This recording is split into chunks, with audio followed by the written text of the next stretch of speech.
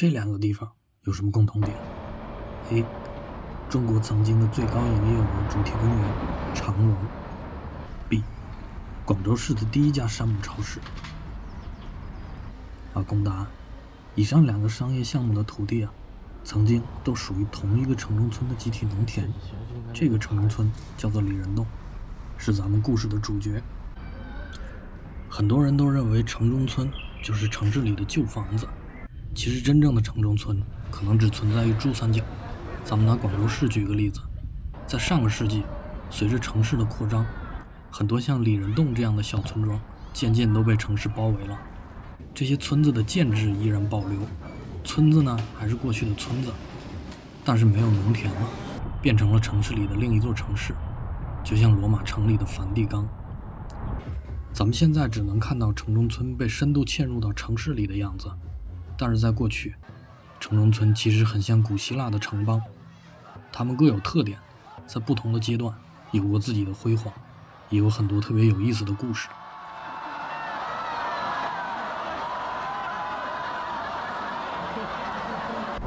视频中所有的片段都拍摄于2023年和2024年。由于李仁洞被纳入城市更新计划，所以当你在看这段视频的时候，有可能它已经彻底融入了城市，从一片握手楼变成高楼大厦。咱们先大致梳理一下李仁洞的历史，后边呢边逛边聊。李仁洞始建于明代，在广州是个很普通的小村庄。村民的原始生活是什么样呢？或许可以通过村里面现在唯一保留的这块绿地窥见一二。这还有自己种的东西。到后来有几个比较明显的变化节点。第一个节点是1990年，这是李仁洞开始去农业化，从普通的小村庄转变为城中村的年份。当时附近出现了一些服装工厂和鞋厂，村民就自建公寓，承接服装厂和鞋厂的工人。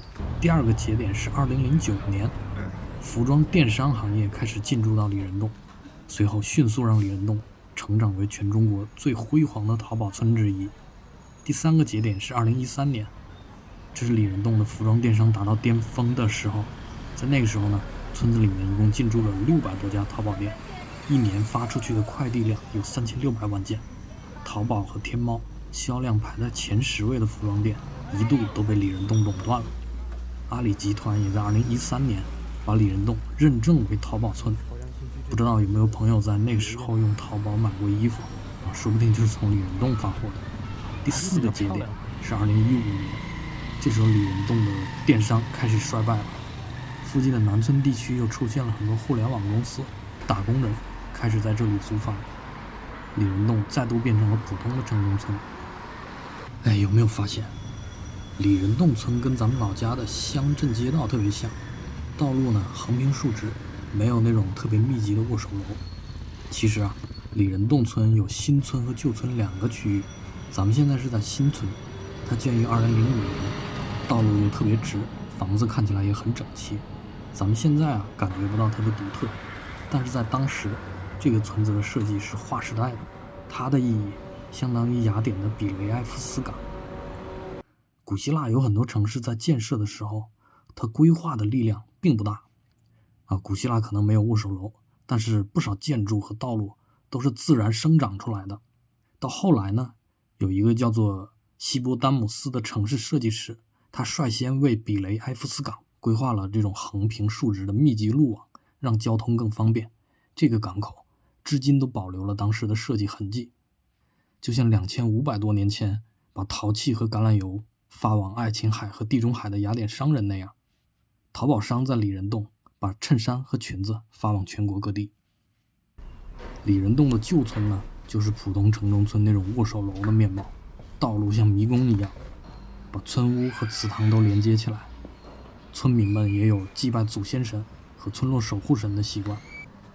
旧村呢，就相当于雅典卫城，咱们也可以把李仁洞的旧村叫做李仁洞卫城。说完道路交通，再说说建筑。李仁洞新村和巴黎很像，有很多这种6到9层的广式奥斯曼公寓，每个楼层的功能都不太一样。低楼层的面积普遍比较大，像1楼都给开成餐厅或者商店了，也可以直接开成厂房。2楼可能是仓库或者办公区，也有很多房子都被切割成公寓，有单人间，有1房1厅的，2房1厅的。顶楼一般有阳台，视野非常好。我有一个朋友，以前就租在李仁洞渭城的一个公寓的顶楼了，一回家就舍不得出门。不过玩笑归玩笑啊，广州有这么多城中村，有很多城中村它本来就是搞服装的，那为什么偏偏就李仁洞成为了淘宝村呢？这个可能是个复杂的问题，但是根据以前李仁洞服装从业者的采访资料，起码发现有3个线索促成了这一结果。这第一个线索就是村子的规划好。2009年进驻到李仁洞的淘宝商户，他们对村子的内部交通还有公寓的规划评价都非常高，而当时村民呢，就是考虑到服装厂的实际需求，专门设计了这种广式奥斯曼公寓。低楼层呢可以布置成仓库甚至直接给它开成小型的那种服装加工的小工厂、小作坊。路呢又比较宽，这才能跑得开物流车。其他村在当时根本都没有这种条件。你看现在李仁洞依然能看到当时服装电商留下的这些痕迹。李仁洞能成为顶级淘宝村，这第2个线索是地缘条件好。李仁洞是在番禺区的，其实距离海珠区的那些服装产业的集散地还是比较远的，有一段距离。不过几条关键的道路那时候已经修通了，可以很方便的从沙河市场、13行市场去拿货。而比起海珠区那些距离这些集散地更近的城中村呢，李仁洞的优势在于租金便宜，而且空房间多，反而更有机会承接这些服装电商。希腊人喜欢搞运动会，那李仁洞肯定也少不了体育场。其实每个城中村基本都有这样的场地。除了作为运动场地以外呢，这些场地也有媒介中心的功能，有活动了会在这里贴告示，村里面的人也会在这里口头传递一些重要信息。你看这里说这个运动场是村里面集资修建的，这里还列了捐助者的名字。李仁洞据说是杂姓村，但是从这些姓名来看，可能姓李的人现在是比较多一些。拍一拍李仁洞，拍一点东西给自己留一下。做留念。对对对，你在这里住多久了？10几年了。10几年了。您是潮汕人吧？是啊。能听出来。以前这里人很多，现在很少了。全部都搬走了。刚才带小朋友遛弯的大爷是个潮汕人。李仁洞有很多潮汕人，他们是村子里边服装产业最主流的人群。这个群体正是让李仁洞演化成顶级淘宝村的第3个线索。潮汕人是广东3大族群之一这里和外省的朋友简单介绍一下，潮汕人的其实他除了比较会做饭以外，还有一个特点或者说是刻板印象吧，就是同乡和宗族的观念非常强当面对共同的外部困境或者是生意机会的时候，这种同乡和宗族的观念会让他们涌现出互利互惠的底色。1882年到1891年，在潮海关上班的一位英国官员叫辛盛，他在工作报告里面就提到过，潮汕人做生意的时候，他们的动员能力和好胜心比清帝国的其他同胞更强。2009年，一批潮汕人战略性的选择了李仁洞作为大本营。随着他们在生意上取得成功，越来越多的同乡加入他们来到李仁洞。同乡和宗族 buff 在当时是非常适合李仁洞的服装电商产业的。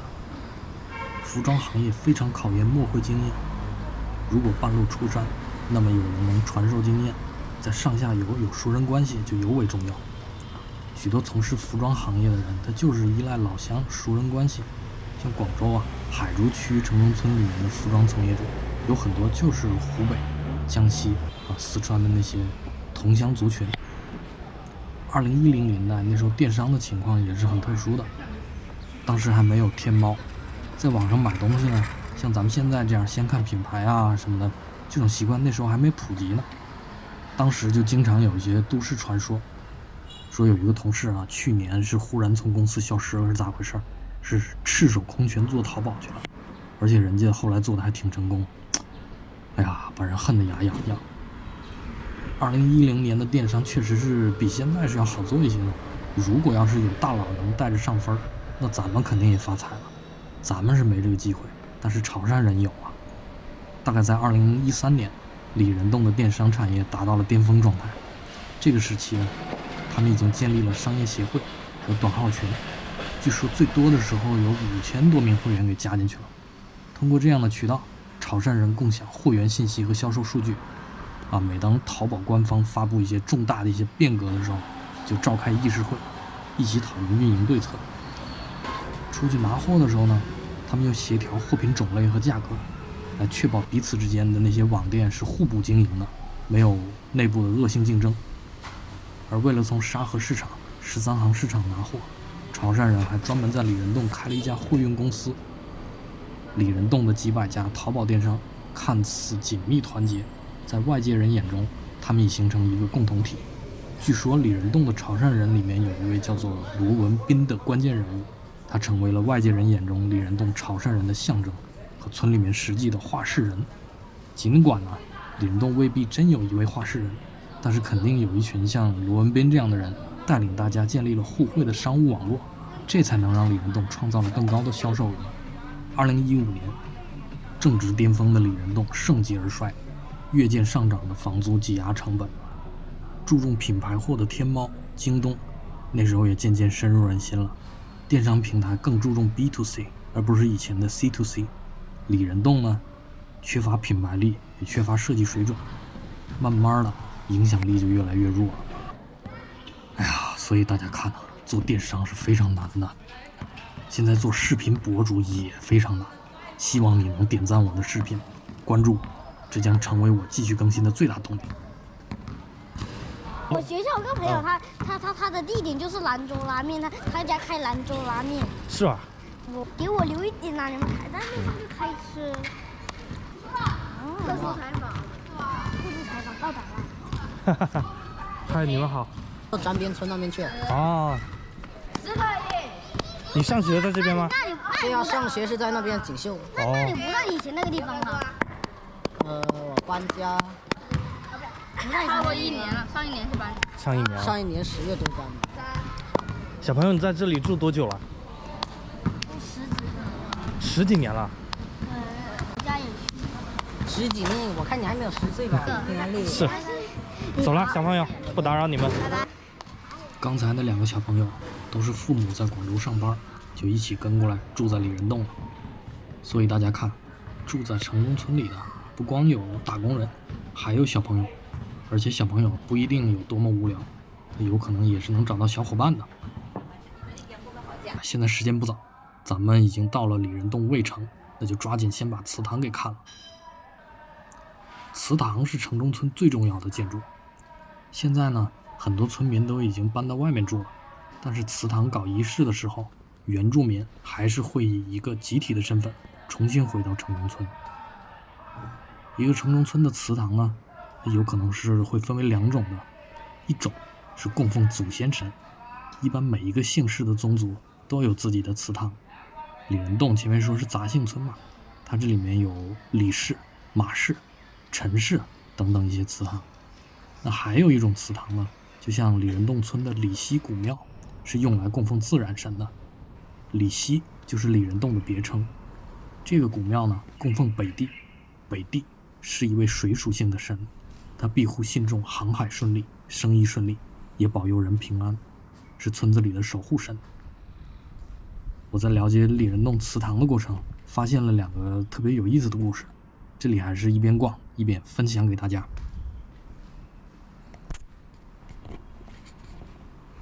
这第一个故事是番禺这边南村地区对北帝的崇拜和网红景点余印山房之间的故事。这里首先解释一下一个有点抽象的概念，就是明清时期的礼社概念，它和明代设计的礼甲制度有一定联系。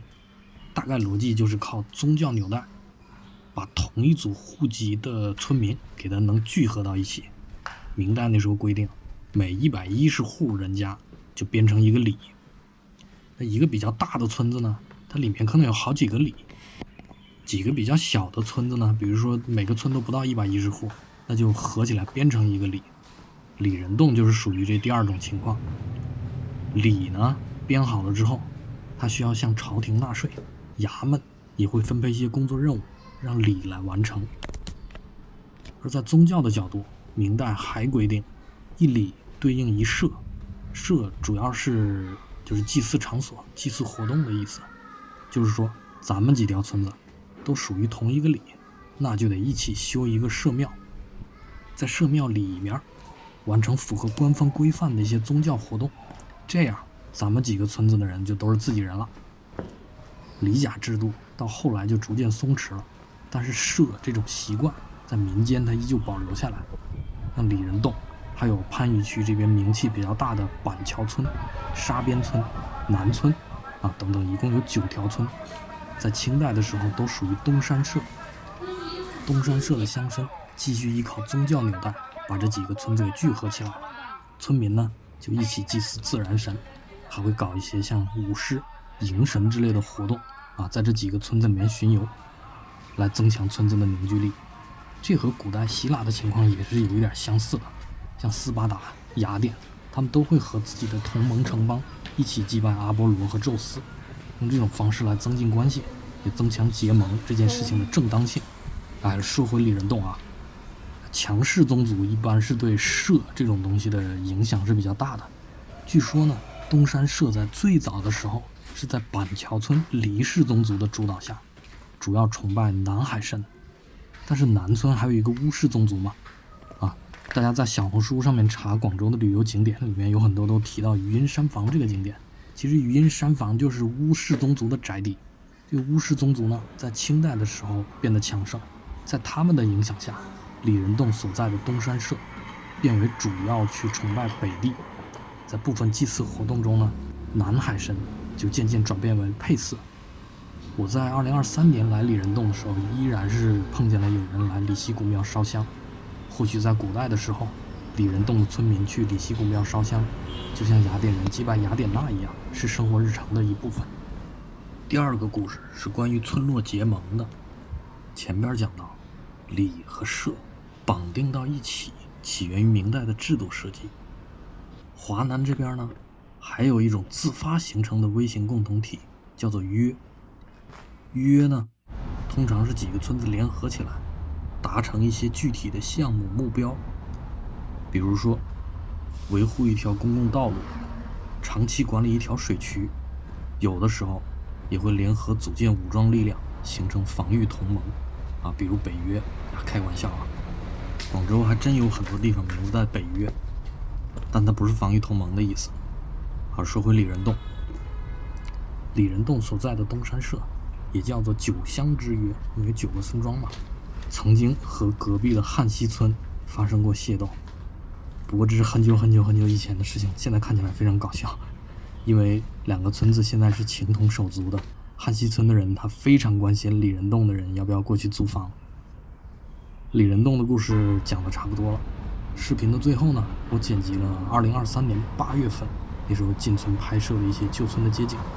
当时很多人都还没搬走呢，所以大家可以通过视频体验一下曾经里人洞它是非常热闹的。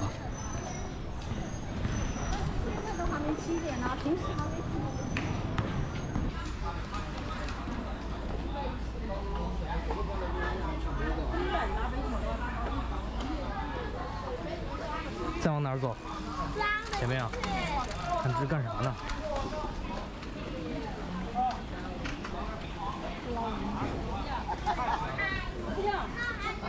我都不吃。那你看我以为你。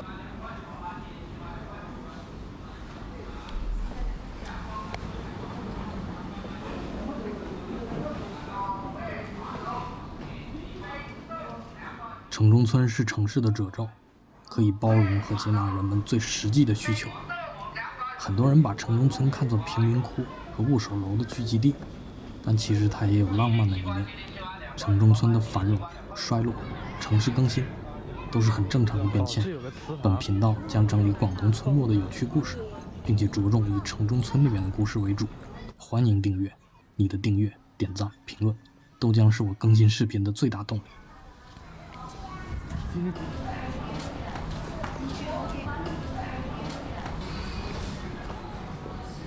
哦，这里就走出去了。